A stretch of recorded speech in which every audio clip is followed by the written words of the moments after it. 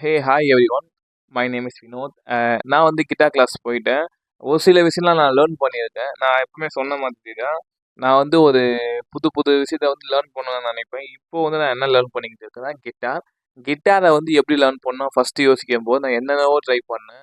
First பார்த்தீங்கன்னா வந்து வீட்டிலேயே இருந்து ட்ரை பண்ணலாம் அப்படின்னு யோசிச்சேன். கூகுளில் வந்து சர்ச் பண்ணி இல்லை யூடியூப்பில் வந்து சர்ச் பண்ணி இந்த மாதிரிலாம் வந்து தேவையில்லாத என்னோட டைமை வேஸ்ட் பண்ணிக்கிட்டு இருந்தேன். ஒன் ஃபைன் டே யோசிச்சேன். ஓகே, இதுக்கப்புறமா முடியாது. நம்ம வந்து கிளாஸ் ஜாயின் பண்ணலான்னு யோசிக்கும்போது, ஸோ மெனி கன்ஃப்யூஷன் என்னோட மைண்ட்ல வந்தது. ஓ போயிட்டு நம்ம ஒரு கிளாஸ் ஜாயின் பண்ணா எங்க போய் பார்க்கறதுன்னு தெரியலையே.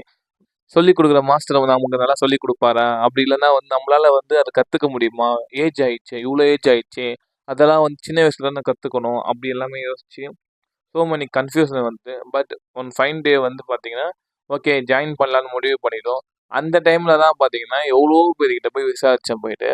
அ எ எங்கேயாச்சும் உங்களுக்கு தெரிஞ்ச கிளாஸ் ஏதாச்சும் இருக்கான்னு கேட்கும்போது, மோஸ்ட் ஆஃப் த பீப்பிள் சொன்னாங்க வந்து இங்க இருக்கு, அங்க இருக்கு.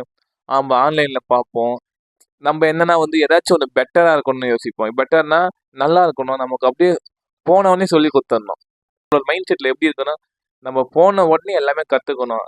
நம்ம எந்த மாதிரினா நம்ம ஹிப்ஹாப் தமிழா மாதிரி இல்லைன்னா வந்து ஒரு ஜிவி பிரகாஷ் லெவலுக்கு வந்து வேற லெவல்ல வந்து வாசிச்சு பெரிய ஆளா ஆகுற அளவுக்கு வந்து நம்ம கத்துக்கணும் அப்படின்னு யோசிப்போம்.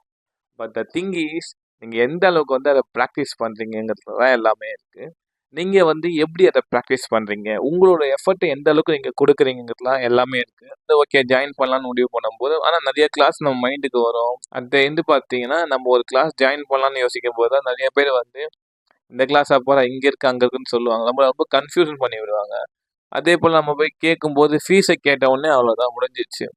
ஏன் இவ்ளோ இவ்ளோ கத்துக்கணுமா? நம்ம வீட்லயே இருந்து கத்துக்கலாமே! அப்படி இப்படின்னு என்னென்னவோ நம்மளோட தாட்ல வரும். என்னோட அட்வைஸ் என்னன்னா, நீங்க ஒரு விஷயம் வந்து கத்துக்கணும்னு முடிவு பண்ணிட்டீங்கன்னா, மணிய பார்க்காதீங்க. கத்துக்கணுங்கன்னு தான் போய் நீங்க கேட்டிருக்கீங்க. நீங்க சொல்லலாம், "நீங்க நம்ம வீட்லயே நான் கத்துக்கிறேன்" அப்படின்னு நீங்க யோசிக்கலாம். ஆனா ஒண்ணு, நீங்க கத்துக்கணும்னு தான் வந்து யோசிச்சு தான் போயிட்டு ஒரு கிளாஸ்ல போய் கேட்குறீங்க.